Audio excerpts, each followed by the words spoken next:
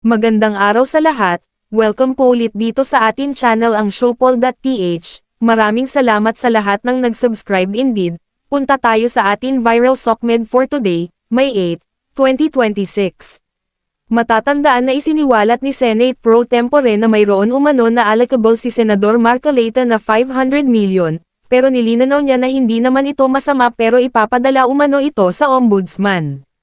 At ngayon, ayon kay Senador Rodante Marcoleta, maaari siyang magbigay ng isang kapirasong papel kay Senador Ping Lacson na naglalaman ng validated na impormasyon na galing mismo sa DPWH na si Senate Pres Tito Sotto ay humiling din ng allocation project na nagkakahalaga ng 3.5 billion pesos at ito ay pirmado mismo ni Senador Tito Sotto. Ang tanong ni Senador Marcoleta na, kung ito ba ay ipapasa niya rin sa Ombudsman para maimbestigahan. Pero nilinaw ni Senador Marcoleta, sa 22 mga senador, na bagamat hindi sila sang-ayon sa isa't isa sa maraming bagay, ay wala umano siyang isyo, at lahat ay mayroon paggalang sa isa't isa.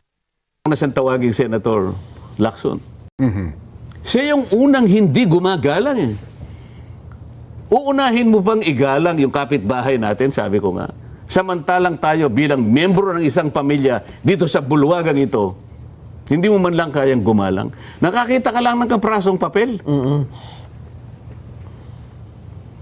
Sasabihin mo na kinakailangan dali sa ombudsman para... Maimbestigahan na kagad, oh.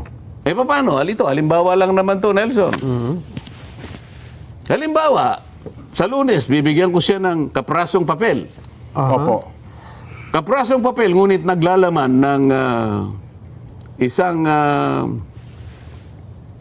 isang validated na impormasyon na yung aming Senate President ay humiling din ng mga projects. Oho.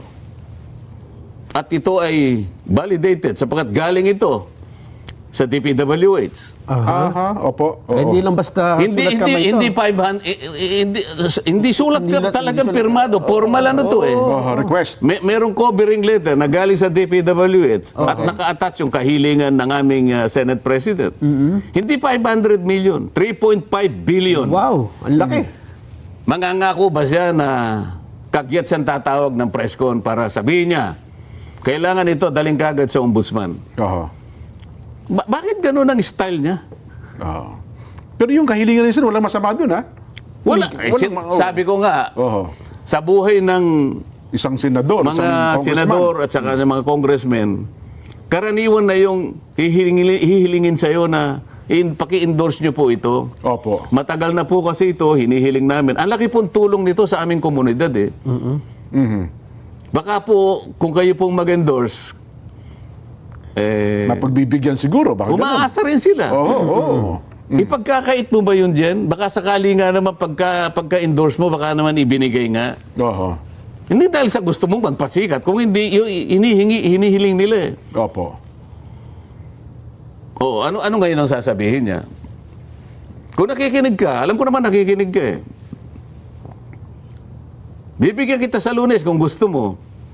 Pero ito wala pong bahid na, wala po akong ibig sabihin ka sa aming Senate President. Umunahang kailangan po, lilinawin ko na ito. Sa 22 kasama ko pa sa Senado, kailangan po marinig ninyo to. Wala po akong issue sa kanila.